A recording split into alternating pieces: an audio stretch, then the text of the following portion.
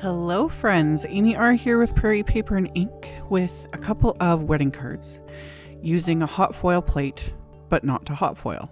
I will have a video coming using this foiled, but I thought this would make a gorgeous background by dry embossing it.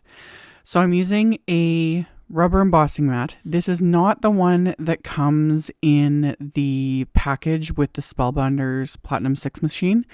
This is a separate one I've had. I think I have the right link to it. It's a little bit thinner.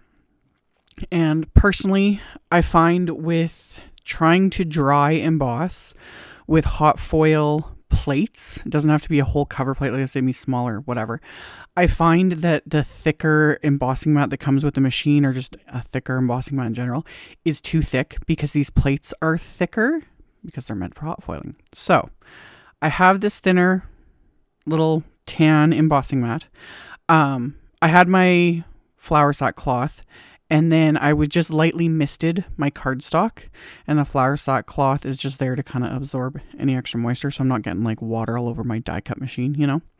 And then I put that cardstock on the embossing mat, the hot foil plate face down into it, and then the purple embossing mat, run it through my die cut machine, and I've got this dry embossed image. And this is the intricate floral background hot foil plate. This is part of Simon's new Yay You release.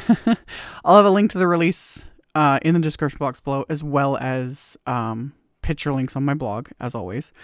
And yeah, this plate, I was like, it's so pretty. And yeah, I'm liking it. I need to do this more often too with my hot foil plates, like dry embossing them. It's so simple. And yet it gives you, you know, more use out of them. And it's just fun. So I did a second panel just because. So same thing. Sprayed it lightly with water. That just helps it from, because like thicker cardstocks and whatnot, from cracking when dry embossing them. And then, of course, I'm going to add splatter.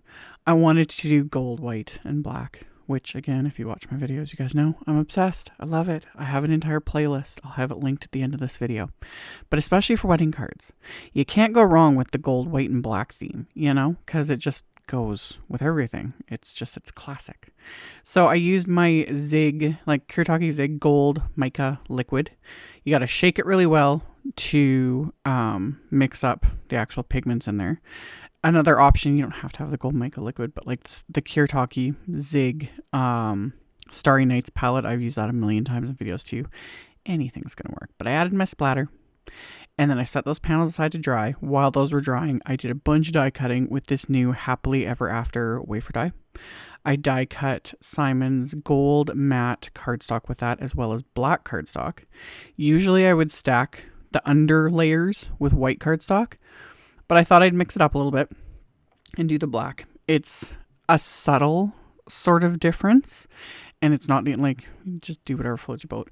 But I just found, since I'm not adding a whole lot of black to these cards, having the black behind this sentiment just gives it a little extra depth in a sense.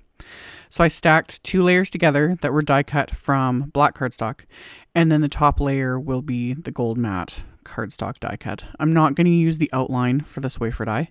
I didn't want to cover up any of the background like any more than I had to, because I was like, it's so pretty with the dry embossing and then the splatter, you know. So stacked those together with my craft tacky glue, and then did the second one off camera. And then I took a little sentiment. There's this Happily a Lifetime stamp set that's coordinates basically with this wafer die. And there's a bunch of buildable sentiments, which I love. I love buildable sentiments. So you can kind of mix and match, and especially if it fits, you know, a variety of occasions, things like that. So I have a little sentiment from that set, and I have a piece of black cardstock here, and I am stamping that onto some black cardstock. And when I flipped it around and stamped it the second time, I pressed too hard, so I lost a lot of the detail. Cardstock has 2 sides, so I flipped it over and just did it again. So anti-static powder tool, ink up my stamp with clear embossing ink, press it, but not too hard. I said this in, I think, my last video. When stamping little sentiments or things with like very intricate detail, you don't need to mush it. You know, you're not performing CPR, just light. Like I'm just like rubbing my finger on the lid of my Misty. And yeah, if you mess up, again, flip the cardstock over. It works. Or cut it down, do it again, whatever works. So stamp that with the clear embossing ink, and then I use Simon's gold embossing powder. Melted that with my heat tool, and then off camera just trim them down with my paper trimmer. I also trimmed down those backgrounds that I had dry embossed and splattered, and I'll get to those again in a minute. While I had my Misty out, I have my card bases here. These are going to be top folding A2 size cards, so 4 1/4 by 5.5 inches. And I took another sentiment from that Happily a Lifetime set. I took the Scripty Lifetime. I'm positive Christina Werner. This has got to be her handwriting. I love her Scripty handwriting. I'm so jealous of it. I wish I could write like fancy. My writing is just, yeah. Anyway, that's why I stamp, because, you know, that's the whole point. So I heat embossed the Lifetime word. I just thought it would kind of give a little extra zhuzh to the insides of the cards. So same process, anti-static powder tool, stamp the sentiments with clear embossing ink, gold embossing powder, melted with my heat tool.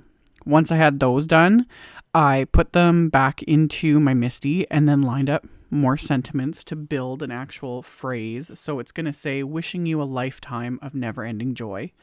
So lined up those sentiments in my Misty here, and my big old messy bun, messy hair, whatever gets in the way, but I can see what I'm doing. So got those lined up. Once I was happy with them being straight, I'm going to ink those up with VersaFine Clair Nocturne ink, and then again repeat the process with the second card. So stamp that on the first one, stamp it on the second one, and then decided to stamp, there's a couple little solid hearts in the set. I like things like that too. I love buildable sentiments. I love little, add-ons and things like that. So I took those little hearts and lined those up as well. And these I'm inking up with Simon's Golden Locks ink. I've been talking about this ink for a while now. This has just now become a go-to with my gold, black, and white theme cards, because this is just a great ink that, when it's dry, it is very much a gold color. And I don't have to fiddle with pigment inks. I love pigment inks, but when stamping on the inside of the cards, 99% of the time I smear it before it's dry. Anyway, lined up those hearts, stamped them, and then lined up one more from that set. There's only 2 hearts, so after I'd stamped the insides with the 2 hearts, I took one of them and stamped it, so I have 3. Just, it looks better that way in my opinion. So the insides are done. Now I'm going to adhere my die cut sentiments to those dry embossed and splattered card bases that are now the splatter is fully dry. And then I trimmed it down so it's slightly smaller than my card front. And I'm just tracing the back of this die cut with craft tacky glue, not squeezing the glue. You don't need like blobs of it. Doesn't take much really. So just light little bits of glue. You can dot it. That works great too. And then I'm going to line this up onto the background. Once I'm happy with it, I'm just going to put my Misty on top of it and let it sit for a couple minutes to dry so that everything is pressed down, adheres to that background since there's a lot of texture going on. And then I'm going to flip over these backgrounds and I'm going to coat the back with Simon's Big Mama foam tape. Love this stuff. It's great for adding dimension without a lot of bulk. It's only like a 1/16 of an inch thick, I think is what it is like officially. I have been using this stuff for I don't even know how many years. I don't even know what roll I'm on. Even then, the rolls, they call it Big Mama because these rolls are massive. Like this one I've been using for how many months now? Weeks, months, something. And I barely made a dent in the thing. So anywho, coated the back with those so I get a little bit of dimension. Pop those into place on my card bases. And then those little companion sentiments that I had heat embossed on the black cardstock, those I'm going to pop into place with just some of my thin 3D foam squares. When I'm doing like little small bits of foam adhesive, I prefer things like the foam squares because the larger foam tape rolls and that, I just get annoyed trying to cut little pieces from them. It's just, again, it's a personal preference thing. So I like my little foam squares. It's just easier to deal with those. So pop those into place with those little bits of foam adhesive. So now the front of the card say congrats on your happily ever after. Love it. So got those adhered. And then I pulled out an oldie but goodie set, the Mini Hearts Party Wafer Die set. This is one of those like standard basic sets I think everyone should have. There's the Mini Hearts and there's also that Mini Stars one. I've shown both in like multiple videos. I keep all those like die cuts. Like I had this already die cut from some gold glitter. I think I have a pack of like silver glitter hearts in the package, as well as red, of course. But yeah, die cut some gold glitter hearts just to kind of finish off the outside, and it kind of ties it well with the inside.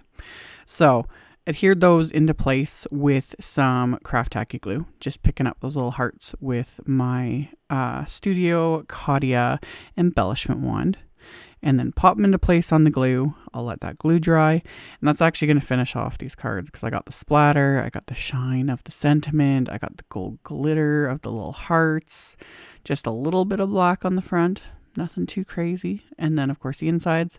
And then as a final like everything, I did pair these with black envelopes, and you can see like that dry embossing. Love, so much fun. So as always, I will have a link below the video to my blog post. I'll have the picture links on the blog, the links to the release, all that fun stuff. So you can check that out below if you're interested.